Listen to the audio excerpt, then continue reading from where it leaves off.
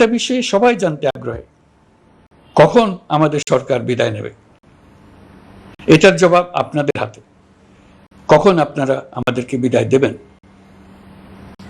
আমরা কেউ দেশ শাসনের মানুষ নই। আমাদের নিজ নিজ পেশায় আমরা আনন্দ পাই। দেশের সংকটকালে ছাত্রদের আহ্বানে আমরা এই দায়িত্ব গ্রহণ করেছি। আমরা সমস্ত শক্তি দিয়ে দায়িত্ব পালন করব। আমাদের উপদেষ্টা মণ্ডলীও এই লক্ষ্যে উদ্বুদ্ধ হয়ে সবাই মিলে একটা টিম হিসেবে কাজ করে যাচ্ছি। কখন নির্বাচন হবে সেটা সম্পূর্ণ রাজনৈতিক সিদ্ধান্ত, আমাদের সিদ্ধান্ত নয়। দেশবাসীকে ঠিক করতে হবে আপনারা কখন আমাদেরকে ছেড়ে দেবেন। আমরা ছাত্রদের আহ্বানে এসেছি, তারা আমাদের প্রাথমিক নিয়োগকর্তা। দেশের আপামর জনসাধারণ আমাদের নিয়োগ সমর্থন করেছে। আমরা ক্রমাগতভাবে সবাইকে বিষয়টি স্মরণ করিয়ে যাব, যাতে হঠাৎ করে এই প্রশ্ন উত্থাপিত না হয় আমরা কখন যাব। তারা যখনই বলবে আমরা চলে যাব। আমরা সংস্কারের অংশ হিসেবে নির্বাচন কমিশনকেও সংস্কার করব। কমিশনকে যে কোনো সময় আদর্শ নির্বাচনের জন্য প্রস্তুত রাখব। আমরা বিভিন্ন সংস্কারের কাজ শুরু করেছি।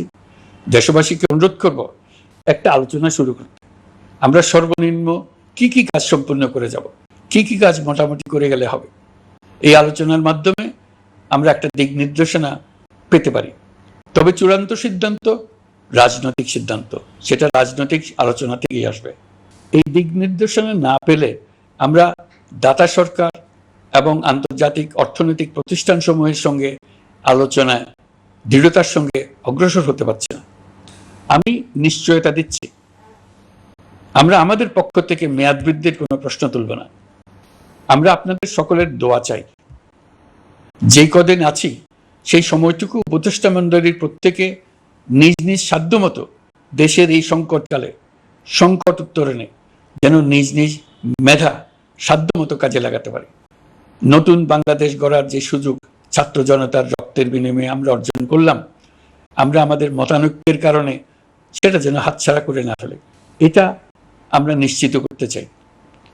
এই সুযোগ এবার হারিয়ে ফেললে আমরা জাতি হিসেবে পরাজিত হয়ে যাব। শহীদ, আহত এবং জীবিত ছাত্র জনতার কাছে আমরা প্রতিজ্ঞাবদ্ধ থাকতে চাই। আমরা এই অর্জনকে কিছুতেই হারিয়ে যেতে দেব না। যে সুযোগ তারা আমাদেরকে দিয়েছে তার মাধ্যমে আমাদের দেশকে পৃথিবীর একটি শ্রদ্ধেয়, সকল দিকে দৃষ্টান্ত স্থাপনকারী দেশে পরিণত করতে আমরা শপথ নিয়েছি। সবশেষে আবারও আমাদের দেশের সকল মানুষ, শিশু, কিশোর কিশোরী, তরুণ তরুণী, বয়স্ক, বৃদ্ধ, নারী, পুরুষ সবার কাছে দোয়া চাইছি যেন আমরা আমাদের সকলের স্বপ্ন বাস্তবায়নে সফল হই। আল্লাহ আমাদের সহায় হন।